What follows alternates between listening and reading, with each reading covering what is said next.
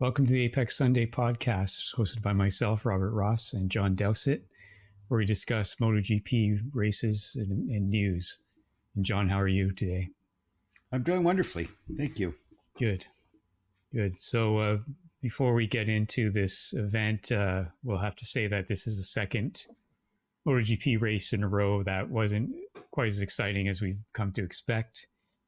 And having said that, I guess the most interesting thing is the news post-race, and that would be that Jorge Martin is signed with Aprilia, which indicates that Marc Marquez is going to get the Ducati ride because Enea, the rumor is that he's signing with KTM to be on the gas, and they'll have full 2025 KTMs across all four bikes next season.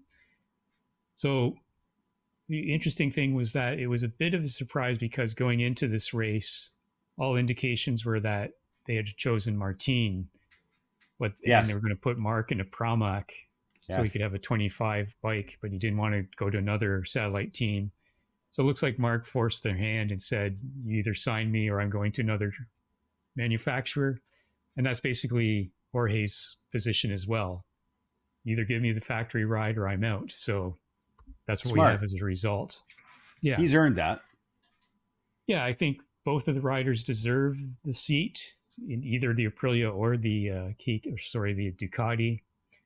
I think in terms of marketing, even Jorge said that Mark's got a little more power in that regard. And I think Liberty will probably be pretty happy with this because it puts a top rider into the Aprilia ecosystem, and hopefully that increases their competitiveness, especially their frequency of competitiveness. If Enea goes to KTM, they're going to have Pedro, who has just been promoted to the main team for next season. And the rumor is that all the KTMs next season will look exactly the same, like the factory bikes. So it's basically almost be like a 4-team factory team, basically across 2 teams. So, very good spots for competitive riders for next season. Mm-hmm. I have to say that Ducati, you could say they've lost out on Martin in the future, but riders have come back to teams before, depending on what's going on. And they've got Mark for another, probably a couple seasons usually, and Pecco. That'll be an interesting teammate battle as well. Mm-hmm. Yeah, there won't be any quarter given there. No. Wonderful. Same with Martin, right? He's, I think given to be the lead Aprilia now, and looking forward to that for next season. We'll talk about qualifying for the Italian Grand Prix. And difference here is that Mark got into Q2 straight away from the practice sessions, which is a little bit different than we've seen the last couple of races. The only KTM to get through directly into Q2 was Pedro Acosta, the rookie, so he continues to show up the other riders on the KTM. Martin, again, with another pole position. He's the pole position king, basically. And we saw a rare appearance from Yamaha with Rins in the top 10, qualifying 10th. So a little bit of light for Yamaha at the end of the tunnel, but during the sprint and the race, no results, basically. So when you were qualifying, when you were racing, did you have a variable qualifying performance, or were you generally in the same area of the grid? I was always pretty much in the same place. I was. There were minimally 3 different classes on the track and qualifying at the same time.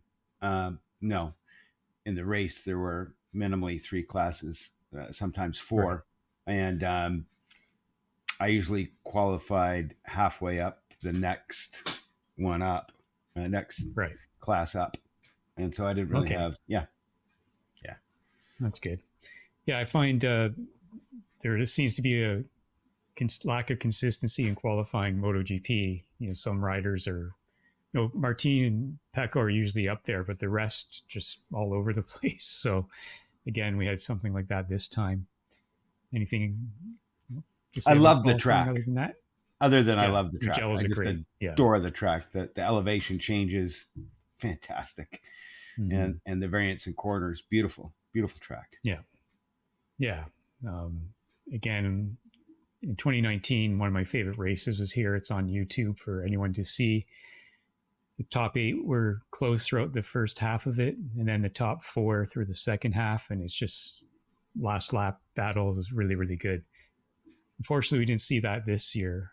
So we'll continue on with the sprint. For the sprint, last time I said Jorge was good with scoring points in the sprint and the race. This time he crashed out of the sprint. Again, we're seeing crashes far more common than in car racing, where top riders crash out. This week it was Pecco who was consistent, getting both the sprint and the race win. Acosta was again on the podium with the KTM with Gas. And Mark again gains a little bit of points on Martin finishing second. But overall, not a very exciting sprint, was it? No, it wasn't at all. The one thing that, coming back to what you're saying about people crashing out, there's no margin. There's no margin of error. No. You get to the limit and there's no recovery. There's just no recovery. You lose the front wheel and they're gone. And it's just bam, like that. So, it'd be nice to see some of the aids gone, and maybe that will change things a bit. I don't know. What do you think? Basically, I believe the biggest issue at the moment is the tire pressure rules. They have to be within a certain temperature and pressure. Mm-hmm. And that basically Jorge Martin after this event said that's why the racing was boring, because we couldn't push the tires because of this rule that if you go over the pressure or under the pressure, you get penalized quite a lot. So it's one of those things where the rules sometimes destroy the racing. And I think that was the case here. And I think that kind of sensitivity in the tires encourages more crashes like this, especially like you say, when they're on the edge all the time. Sometimes they save them, but often Martin said he was just completely confused about why he crashed. He still doesn't understand exactly how it happened. So you watch it in slow-mo and it is a nanosecond that front tire goes away. Mm-hmm. And how do you recover that?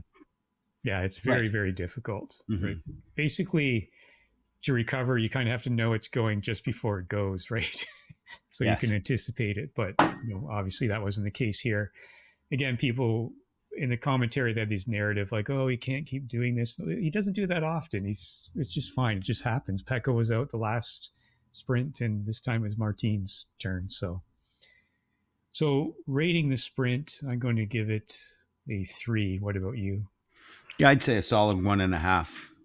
Okay. Mm-hmm. And there wasn't anything spectacular.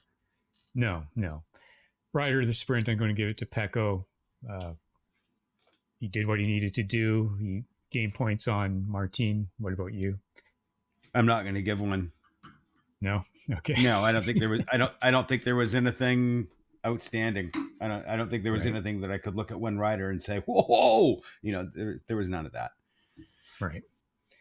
Okay, so we'll move on to the race. And for the race, again, not a very exciting race. Basically, what I just said about Martin talking about the tire pressures kept it relatively boring in comparison to what we're used to. Mark seemed unable to match the speed on exit coming out onto the long straights of the new Ducatis. So I wonder if that's a deficit of the 23 Ducati or if it's just the way he has it set up. And Enea made it slightly interesting at the end by passing Mark and then getting Martin at the last corner. But, sort of a F1 stylish race with larger gaps and not much action. So again, I'm going to give it a 4 for a rating because Enea made it a little bit interesting at the end. What about yourself? If I wanted to rate it in regards to giving me the ability to sleep, I'd give it a 9.5. Right. Enea sort of got some interest. It made me perk up a little bit. But then I think that, as you said, I think Mark was kind of ailing a little bit. So, but still, a lovely pass, and there was no quarter given. Mark was saying, I'm going to stay right here, and could have been pushed off. Wasn't. So I'll give it a 6. Okay. Just for that. And rider of the race? Enea, Enea? absolutely. Yeah. Okay. I got to give it to Pecco again. I gained a lot of points on Martin. So in terms of the championship, that's pretty interesting. And Pecco's come back. He was back over 90 points at one point to Fabio Quartararo a couple seasons ago, and he got that back as well. So at least the championship's still going well. And Assen is the next race in 3 weeks. And that race, again, 3 or 4 years ago, I had over 100 passes, and it was just action packed. But we'll see if the new aero and the developments in aero are moving it towards that F1 style of larger gaps and so forth. We didn't have that for a lot of races this season, but the last 2 we have had. And again, the new rules in 27 should reduce some of that kind of thing. So anything else about the race, or that's about it, isn't it? Marquez had a mechanical problem, didn't he? I'm not sure. I just think he said he couldn't. The tires gave up the last couple of laps. He said Enea was super fast, and he just said, "I'm going to take 4th," and that's what he. Well, took. there was a ride height sensor problem. Oh yeah, that's right. That the smoke coming off when you would adjust the height. Yeah, right. And that's going to remove some confidence in the machine. Yeah. He didn't say it affected him too much, but it would definitely wear the tire down a little bit more as well. He's not a whiner. Anyways, no, he is not. No, not generally. So we have Assen next up, and hopefully it's a more exciting race than the last 2. Anything else you'd like to say, John? Nothing right now. I mean, it was a relatively boring race. It was still much better than what F1's been this year, but yeah, it was okay. Okay. Talk to you soon. Bye-bye. Talk to you soon. Bye, Rob.